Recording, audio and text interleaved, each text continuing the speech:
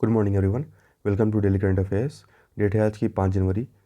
पहला टॉपिक है हमारा रानी वेलु नाचियार के बारे में।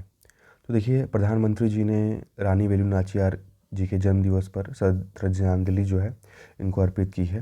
तो अब देखते हैं वेलु नाचियार जी के बारे में। तो देखिए, जो रानी वेलु नाचियार जी थी वो शिवगंगा स्टेट की रानी थी। ठीक है, 1780 से 1790 के बीच में जो है ये इन्होंने यहाँ पे राज किया। और वो भारत में जो है ईस्ट इंडिया कंपनी के साथ युद्ध छेड़ने वाली ये पहली भारतीय रानी थी। और उन्हें जो है वीरंगमयी या बहादुर महिला के रूप में भी जो है जाना जाता है। लोग इनको ब्रेव वुमेन या वीरंगमयी के नाम से भी जानते हैं। अब इनके प्रारंभिक जीवन के बारे में बात करते हैं। तो देखिए, वेलु नाचियार जो है वो रामनाथपुरम की राजकुमारी थी। और जो राजा चेलामुथु विजया रघुनाथ सेतुपति और रामनद साम्राज्य की रानी संकदीम मुत्थल की इकलौती संतान थी। ठीक है। और देखिए, नाचियार को युद्ध के कई तरीके में जो है ट्रेनिंग वगैरह एक तरह से मिला था, जिसमें युद्ध के जो अलग अलग हथियार होते हैं उनका उपयोग, और वलारी और सिलम्बम, घुड़सवारी, तीरंदाजी, ये सब जैसे जो मार्शल आर्ट्स वगैरह हैं वो भी इनको आते थे। और इसके अलावा इनको कई लैंग्वेजेस जो है ये भी आती थी, जैसे फ्रेंच, इंग्लिश, उर्दू। ठीक है, तो ये कई भाषाओं में भी पारंगत थी। ठीक है। अब देखिए, कई इनके बैटल्स के बारे में देखते हैं। तो देखिए, उन्होंने एक सेना का गठन किया था और 1780 में ईस्ट इंडिया कंपनी के खिलाफ एक अभियान शुरू करने के उद्देश्य से ये हैदर अली के साथ एक गठबंधन की मांग करती हैं। ठीक है। जब उनके पति मुथु वटुगनाथ पेरियावदु थेवर ईआईसी सैनिकों के साथ युद्ध में जब मारे गए, तो वो संघर्ष में बहुत फंस जाते हैं। उनको बहुत प्रॉब्लम्स का सामना करना पड़ता है। जब वेलु नाचियार को वो जगह मिली जहाँ आईसीसी ने उनके कुछ गोला बारूद जमा किए थे। ठीक है, तो उसने उस स्थान पर जो है ऐसे आत्मघाती हमले की व्यवस्था की, और मीन्स एक तरह से अपने आप को सेक्रीफाइस किया। और जहाँ पे वो अंग्रेज़ लोग जहाँ पे अपने हथियारों का इकट्ठा किए हुए थे, और अपने आपको एक तरह से उन्होंने मार दिया, और सारे जो वो उनका जो एरिया था जहाँ पे हथियार इकट्ठा किए गए थे उनको भी उड़ा दिया। ठीक है। नेक्स्ट हमारा टॉपिक है पेंगोंग शो लेक के बारे में। तो देखिए, चाइना जो है वो कंस्ट्रक्ट कर रहा है एक bridge in eastern Ladakh connecting the north and south bank of Pangong show lake. ठीक है। तो लद्दाख को और जो नॉर्थ और साउथ बैंक को जो कनेक्ट करता है, तो यहाँ पे एक ब्रिज कंस्ट्रक्ट कर रहा है, बना रहा है China, which will significantly bring down the time for People's Liberation Army to move troops and equipments between the two sectors। और यहाँ ये कहा जा रहा है कि इससे क्या होगा कि चाइना जो है इजीली अपनी आर्मी जो है यहाँ इस एरिया में जो है ला सकता है।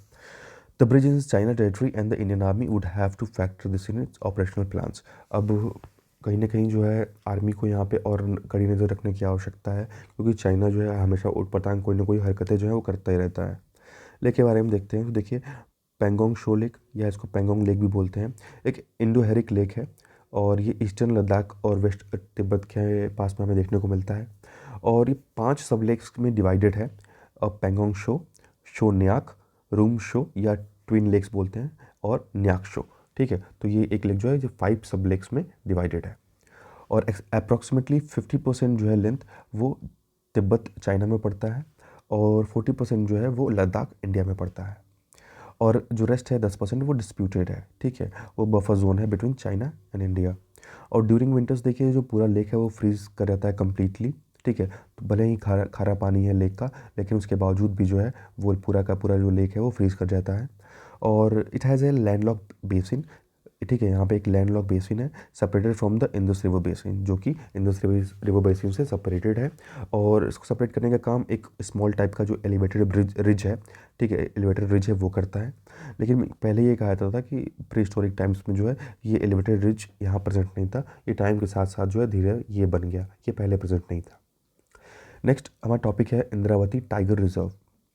तो देखिए, फॉर द फर्स्ट टाइम जो है करीब इंद्रावती टाइगर रिजर्व में 400 स्क्वायर किलोमीटर्स का जो एरिया है, जो मायोस्ट अफेक्ट एरिया था, उसको भी कवर किया जाएगा टाइगर सेंसस वर्क में।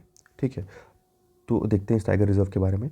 तो देखिए, ये बीजापुर डिस्ट्रिक्ट में पड़ता है, छत्तीसगढ़ के। ठीक है, तो इंद्रावती टाइगर रिजर्व जो है वो छत्तीसगढ़ के बीजापुर डिस्ट्रिक्ट में हमें देखने को मिलेगा। द पेरिनियल रिवर इंद्रावती, जो इंद्रावती नदी है वो फॉर्म करती है boundary of the reserve on the northern western side. तो नॉर्थ और वेस्ट साइड से जो है इंद्रावती नदी जो है वो रिजर्व की बाउंड्री फॉर्म करती है। और it is one of the 3 project tiger sites in Chhattisgarh along with Udanti Sitanadi. देखिए one of the 3 tiger project sites में आता है ये।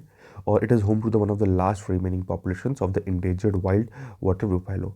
और जो वाइल्ड वाटर बुफैलो की जो प्रजाति है जो कि बहुत इंडेंजर्ड कैटेगरी में आती है, तो यहाँ पे लास्ट रिमेनिंग जो पॉपुलेशन बची हुई है वाइल्ड वाटर बुफैलो की, वो हमें इंद्रावती टाइगर रिजर्व में देखने को मिल जाएगी। देखिए Indravati attain the status of national park इन 1981। 1981 में इसको नेशनल पार्क का दर्जा मिला और टाइगर रिजर्व का दर्जा इसको 1983 में दिया गया। The topography of the park mainly comprises undulating हिली ट्रेन। ठीक है, तो हिली ट्रेन का जो ये इलाका वो हमें देखने को मिलता है। The vegetation is mainly of the tropical moist and dry deciduate type. ठीक है, तो मॉइस्ट और ड्राई डेसिडुएट टाइप का यहाँ पे हमें ट्रॉपिकल फॉरेस्ट देखने को मिलेगा।